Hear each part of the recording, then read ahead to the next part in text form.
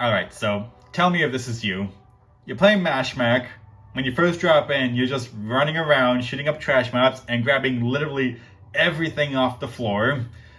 But now the extraction point is open, and on your way over there, you encounter either more trash mobs, or you even encounter another enemy player and manage to beat them. So now you got even more loot to rummage through. However, your inventory is already full. So now you have to make the choice as to what to get rid of in your inventory to make room and what you should be prioritizing off the corpse. However, you are paralyzed with anxiety because you don't know what you should be prioritizing because you have no idea what's valuable and you don't know if you're making like the right investment or not. So hold on. It's okay. I got you. That's what we're going to talk about today. This video is going to be all about the kind of loot you can get in Mashmak and what you should be prioritizing in order to get the maximum value out of every single run. Alright, we good? Good? Let's get to it. So, we're going to immediately start off with the thing you should always get rid of first, and that is ammo. Unless you are carrying a weapon that uses that specific type of ammo, in which case the ammo can actually get removed from your inventory and get into your weapon itself, in which case it's actually freeing up space in your inventory. You don't need ammo for the very simple reason that it is so easy to buy them in the Matrix market, Matrix supplies. Like look at this, 5, 30, 10 blue points. That is super cheap. Even if you only do one side mission, which will give you like 300 Matrix points, this is not going to make a dent in that. So you can literally load up as much ammo as you need at any point in time. So you don't need to waste inventory space for ammo that you don't need to immediately use. That's the first thing that can always go. The second thing that can always go are schematics. Now what schematics do is they unlock more utilities that you can buy in the Matrix supply store. So you unlock more kinds of repair pods, recon beacons, all that stuff. Unless they are golds and purples, which you can just sell in the player auction house, you don't really need to mess with schematics, simply because the stuff that's available at the start is going to be more than enough to get you by. All you really need to succeed in Mashmak are weapon airdrops, ammo airdrops, and repair pods, and cargo rockets, which you can functionally get for free using your mission tokens. Otherwise, you don't need to use up inventory space for schematics because everything here is already going to get you by. There is, however, an exception, and that is glider parts. You will want to save glider parts whenever you're able to, even if they're low tier glider parts, because gliders are insanely powerful in Mashmak.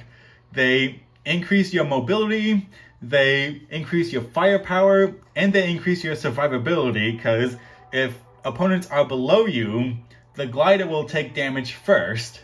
This can be extremely useful, especially if you run a heavy striker.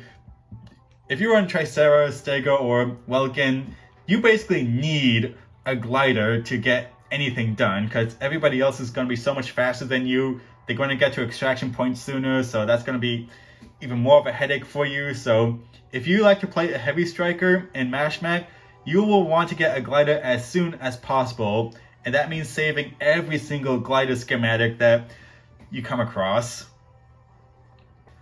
Other than that, schematics can always be ignored or discarded at the soonest possible point. The other thing that can be easily discarded are low-tier chlorite ores. These come in 4 variants: grays, greens, blues, and purples. And what these do is they give you extra mission tokens, which, as a reminder, can be used to buy stuff in the in-game store. However, you will always want to save the blues and purples, but the greens and grays only give you 10 tokens, greens only give you 20. That's an absolute pittance for in exchange for the value of everything else we're about to talk about. So you don't need to save the greens and grays simply because that inventory slot can be used for something that's way more valuable.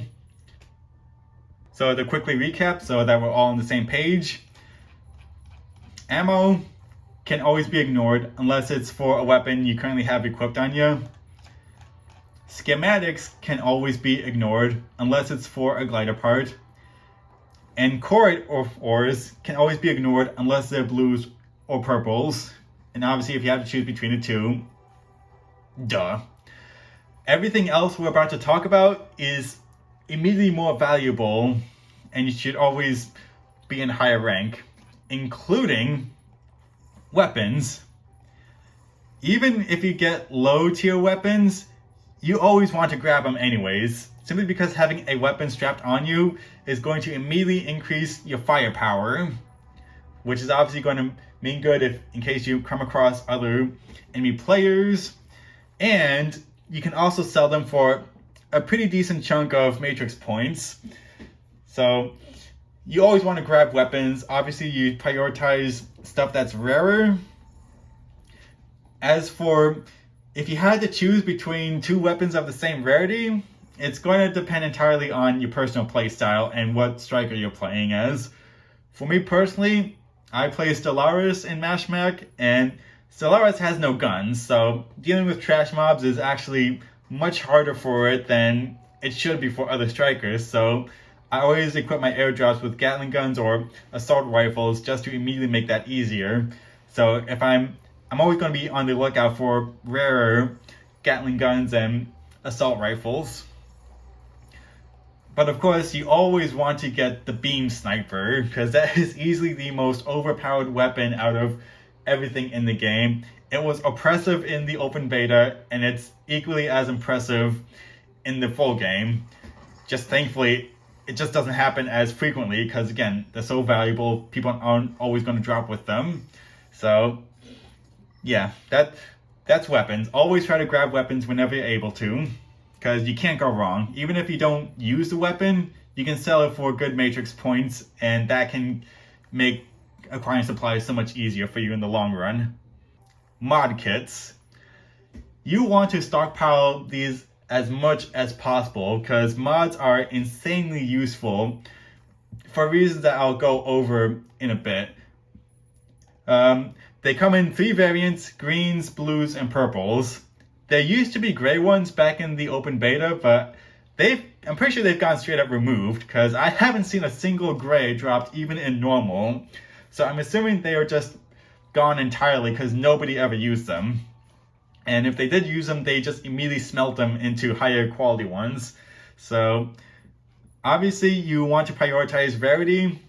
Always get purple mods over everything else. Replace them with blues, and replace greens with blues when you're able to. I don't know why it keeps doing this, but... And finally, the last thing that you should prioritize over everything else that you find are paints. Because this is how you can easily get paints for your striker for free. Because as a reminder, if you want to change the color of your striker and it's not a color you already have unlocked, it's going to cost mission tokens. And you want to save your mission tokens as much as possible. We do not want to save, because you want to stockpile your mission tokens for all this stuff. You want to use it for strikers. You want to save it on cargo rockets. You want to save it on the pass cards for the hangar if you're into that. It gives you more stuff to play around with in photo mode. And most importantly of all, it gives you the badass weapon skins. The more you have to spend on paints, the longer it's going to take you to unlock all that other fun stuff. And you don't really need to, because you can get plenty of paints in Mashmak, especially if you prioritize paints over everything else. So no matter what else, always go for the paints. Make room for Always make room for paints. That should always be the #1 priority, except for the last thing we're going to talk about today. And that is this, the supply crate. This is the thing you are working towards in Mashmak. This is the reason why you're stockpiling all the weapons, all the ammo, and all the mods, is so you can get supply crates. Now, you could get supply crates by using mission tokens in the in-game store, but again, you don't want to use your mission tokens on stuff you don't need. And you can also get supply crates by buying them with premium currency in the player auction house. But again, why should you spend real money on something you can get perfectly for free? And these supply crates actually drop pretty decently in extreme mode only, especially if you prioritize the warships and the enemy dropships. They are almost guaranteed to drop at least one supply crate, and it is entirely possible to get 3 supply crates in a single run. And when that happens, that is when you should use your cargo rocket. Do not use your cargo rocket for any other reason except for supply crates, because these are the grand prize. Not only do these have a small chance of dropping the weapon skins that we just talked about, which allow you to not spend meta points on them, or mission tokens rather, but you can also sell supply crates on the player auction house and get a pretty decent amount of premium currency for it entirely for free. Now, these things will only drop in extreme mode of Mashmak, which means there's no cap to the power levels that people are rolling in with, which means people are going to be coming in with gliders, the best weapons, and a crap ton of mods. So that's why not only you need to roll up with the best weapons that you find, but this is also why you should be stockpiling your mods so you can do mod assemblies. Now what this is you take all of the mods that you do not use and you combine 10 of them to make the next highest tier. And boom. Now, as you can tell, this is how you can get a ton of purple mods, which are really useful and really powerful. They give you a lot of stat boosts that'll make your striker even stronger. And if you combine these, you can create a gold mod, which are even more powerful. And this is the only way to get gold mods. So this is why I say you should stockpile mods as often as you can. Because if you got a ton of blues, you can make a ton of purples. And having a ton of purples on your mech is already going to make it pretty strong overall. But if you then have even more purples, you can make golds, which is going to make your mech even stronger.